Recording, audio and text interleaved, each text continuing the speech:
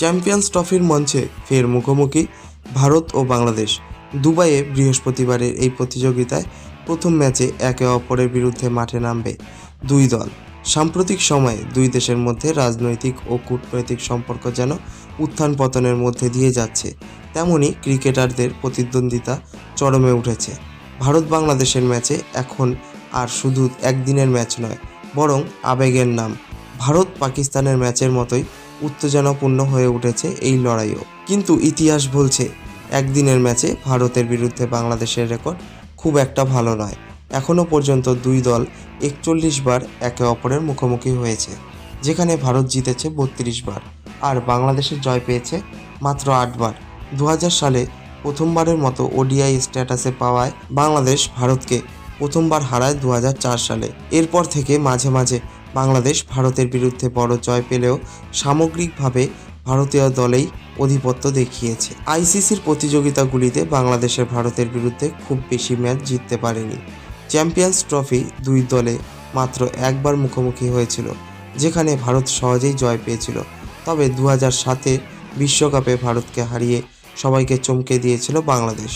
2015 বিশ্বকাপে আবার ভারত 109 রানের বিশাল ব্যবধানে জিতেছিল। 2019 বিশ্বকাপে বাংলাদেশকে হারিয়েছিল ভারত। তবে 2023 বিশ্বকাপে বাংলাদেশের শুরুটা ভালো করলেও শেষ পর্যন্ত 7 উইকেটে হেরে যায় বাংলাদেশ। যদিও সামগ্রিক পরিসংখ্যান বলছে বাংলাদেশ পিছিয়ে, তবে সাম্প্রতিক ফর্ম তাদের বেশ ভালোই আছে। শেষ 5টি ওডিআইয়ের মধ্যে 3টি বাংলাদেশ জিতেছে এবং 2বার জিতেছে ভারত। 2022 সালে মিরপুরে অনুষ্ঠিত সিরিজে বাংলাদেশে 2-1 ব্যবধানে জয় পেয়েছিল, যেখানে মেহেদী হাসান মিরাজের দুর্দান্ত পারফরমেন্স দেখিয়েছিল। পরিসংখ্যান বলছে ভারত স্পষ্ট ফেভারিট, তবে সাম্প্রতিক পারফরমেন্সে বাংলাদেশের আত্মবিশ্বাস বাড়বে, বিশেষ করে মেহেদী হাসান মিরাজ, সাকিবুল হাসান, মুস্তাফিজুর রহমানদের মতো খেলোয়াড়দের বড় মঞ্চে যেখানে কিছু করতে পারেন। ভারতের হয়ে রোহিত শর্মা, শুভমান গিল, বিরাট কোহলি পারফরমেন্সে ম্যাচের ভাগ্য নির্ধারণ করতে পারে।